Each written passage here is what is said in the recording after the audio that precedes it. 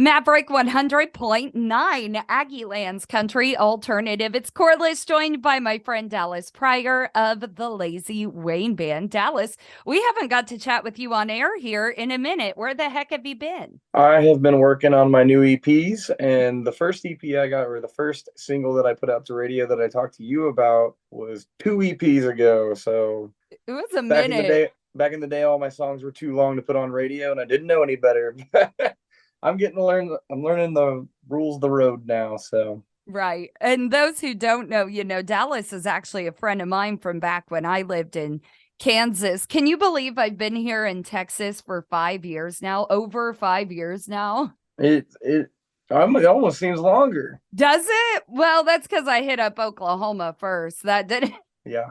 That seems longer, but one of these days we're going to get Dallas down here permanently. But you have been coming and visiting Texas quite a bit. Every chance I get, and yeah, you just every time I come down there too, it's like everybody I talk to and run into is in a competition of where I should move, and you should Right. come here. No, you Right. should come there. You can't really go wrong. I mean, honestly, personally, I'm pretty addicted to College Station. I'm not going to lie.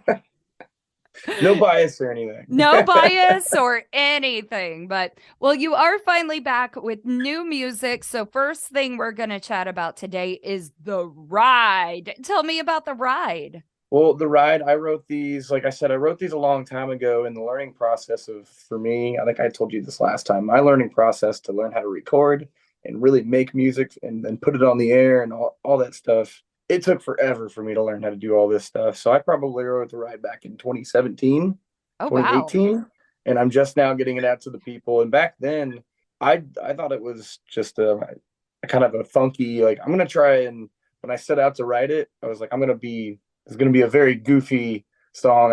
It's going to be very different, very strange almost.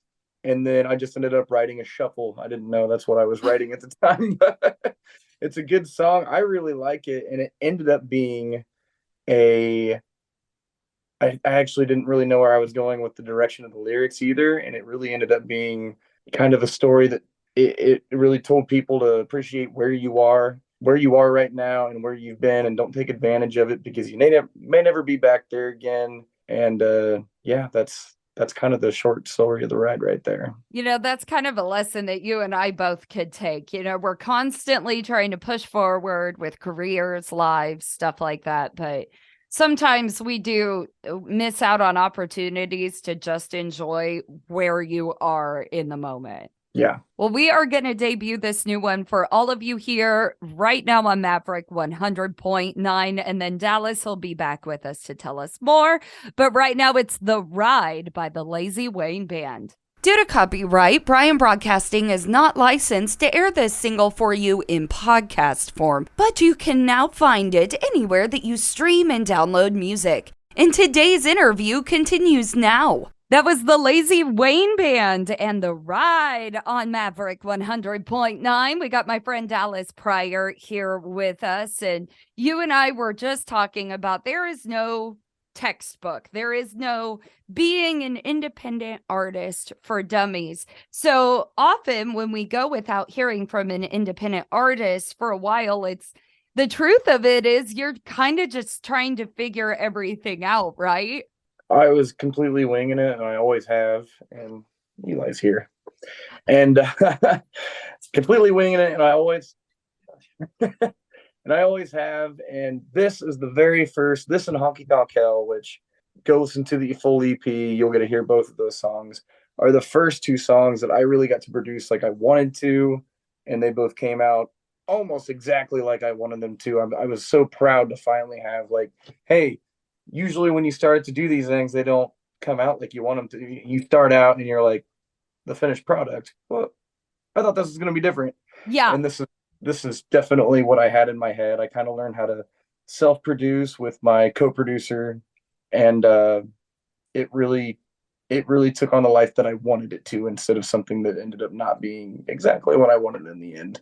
Finally, we got something pretty close to exactly what I was going for. Well, a lot of people don't realize how many benefits there are to living in Texas and being an independent artist. Now, it's always going to be hard because they do it themselves. There's no booking agents. There's nobody, just reaching out to record albums. There is no management. You are literally your own boss when it comes to this, and that goes for everybody that we play on Maverick. But your situation, even like mine, is unique. Like for me, I wanted to work in Texas country. Living in Kansas, there wasn't an option for me, at least not back when I lived there.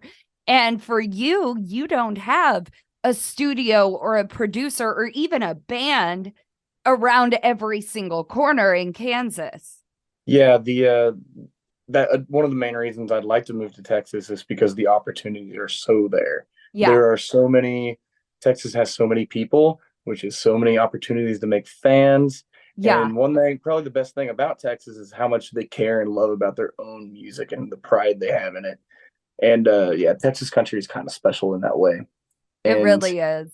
it makes having that many people around that know what they're doing, that have kind of blazed the trail ahead of you, can be so helpful. And you've Corliss here, Maverick's own Corliss, has really helped me out and introducing me to tons of people in Texas that have really helped me out Well, in I that aspect try. I definitely try my best, but the more music we have, the better Texas sounds. So yeah. it's kind of that family mentality of, we all are trying to help each other out, which is also different from music anywhere else or even other genres. That's what makes this unique. But you do put a lot of work into your trips.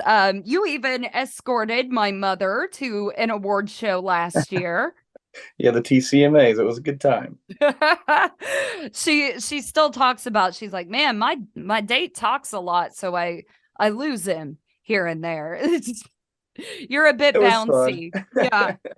Well, I am very excited for the new single, The Ride. This, of course, is available for everyone. You can download, stream it anywhere, and then through the future or through this year, we may even end up with a little bit more music.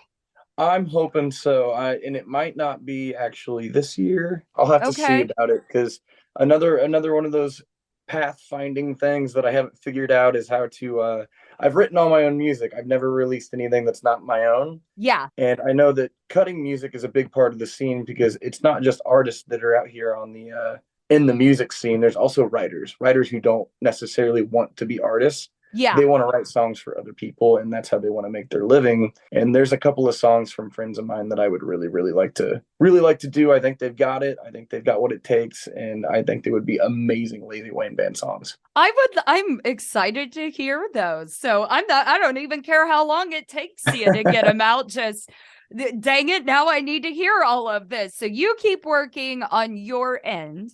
And then everybody here on Maverick, you can follow the Lazy Wayne Band anywhere, all social media. Show them some love, especially whenever they're in Texas. So keep up on tour dates and whatnot.